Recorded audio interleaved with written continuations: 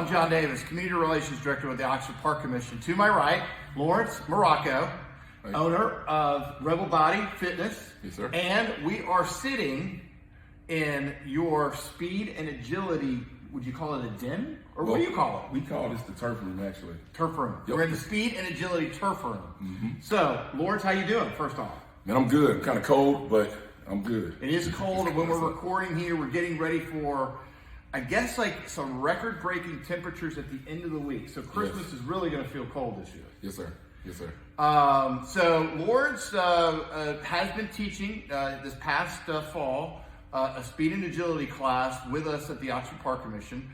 It was for ages 8 to 13, and we had a huge turnout. Were you excited about all that? I was super excited. For your first one, too. My first one. I did not expect that many kids, to be honest with you.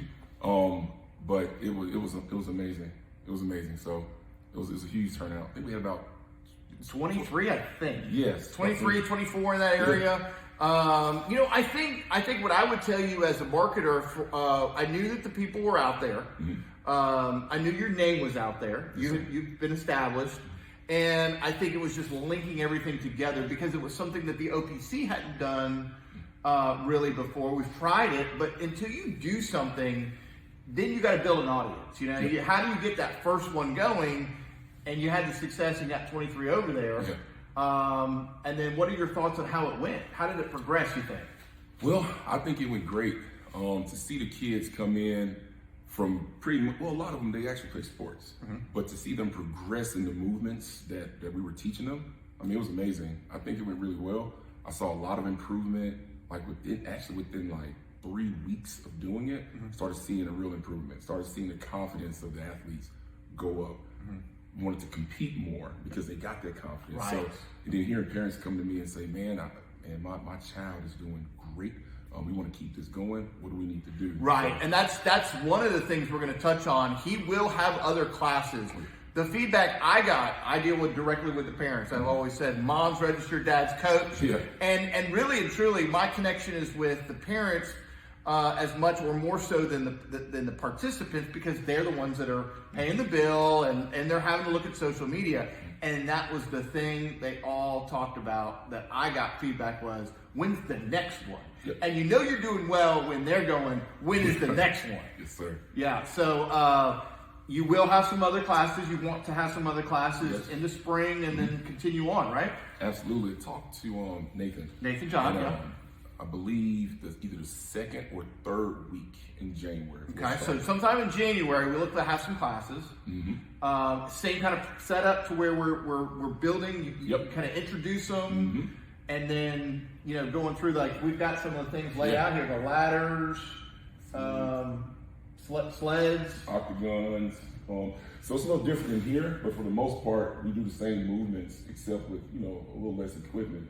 But we'll run them through foundational movements, mechanics. How to run in a straight line. Learning body awareness, learning shin angles. Learning what their core is about, their glutes, everything. So it'll be all foundational stuff. And then as they progress, as they go through it, they'll progress automatically. And then And these were 45-minute sessions, and you had them moving the whole time. I came out and took pictures.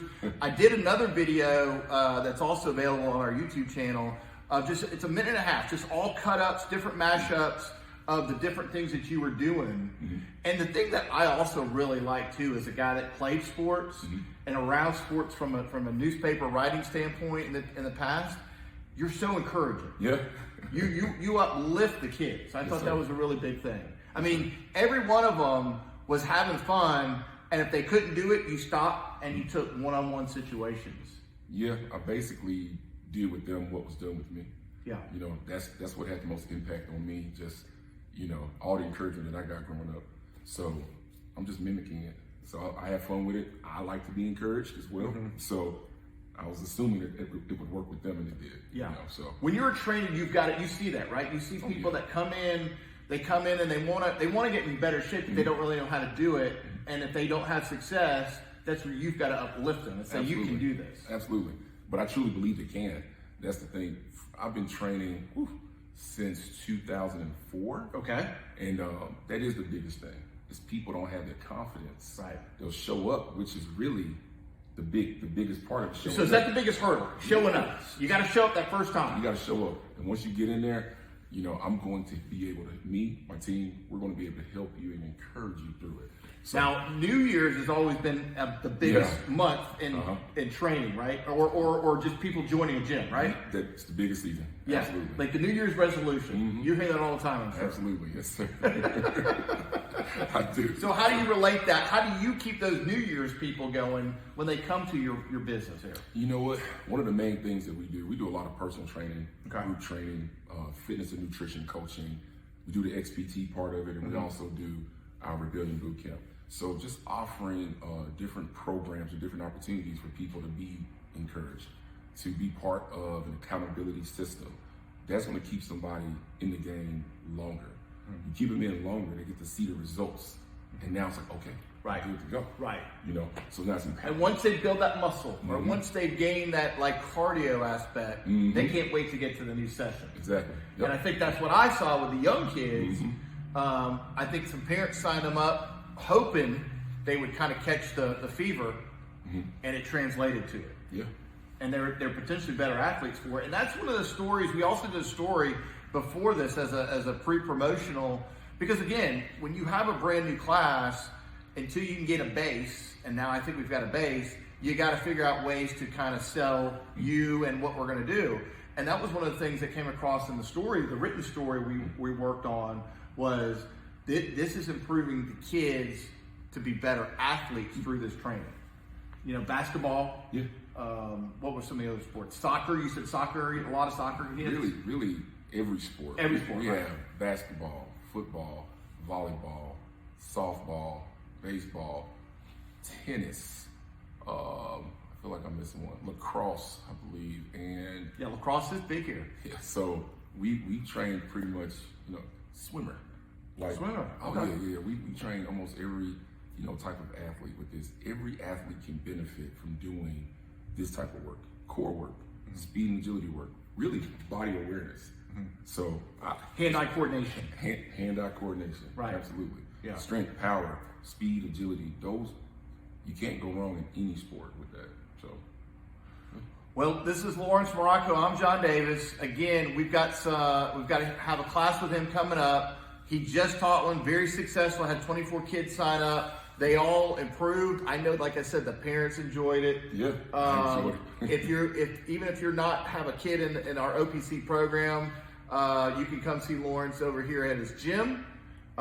He's training athletes. He's training adults. Yeah. What's your oldest customer, by the way, if you know? Ooh. In their 80s, 90s? 90s. 90s. 92 years old. See, they got a Yes. 92-year-old up here 92-year-old. at Rebel Body. They're getting strong. Absolutely. And really, you know, another thing I've learned being in this business, when you hit a certain age, let's say it's 60, regardless, when you get older, strength is what you lose the most, and you've Absolutely. got to work on your strength. Absolutely. It's not even so much your heart when you turn 60 or 65. You got to work on your strength. You got to be able to move. You are absolutely correct. So most of my 60-plus-year-olds, I mean, they do cardio. Yeah. But it's the strength. If they don't have the But strength, strength over cardio. Whereas, like my age, I'm 47. I'd rather be, you know, I'd like to have my lungs. I'd like to have Yeah. my movement Yeah. with my that. But I know as I've gotten older, the strength is starting to become even more important. It is. I want to do even more weight training. Absolutely. And I see that they, you know, we have a class strength training at the LLO. That has been the biggest thing for them, is to continue to do 30 minutes, two or three times a week. Yep. Of and things that you take for granted, like going up and getting the functional milk. movements. You know, Yes. functional, Yes. functional. That is it. That's what we focus on with our older population. Functional training.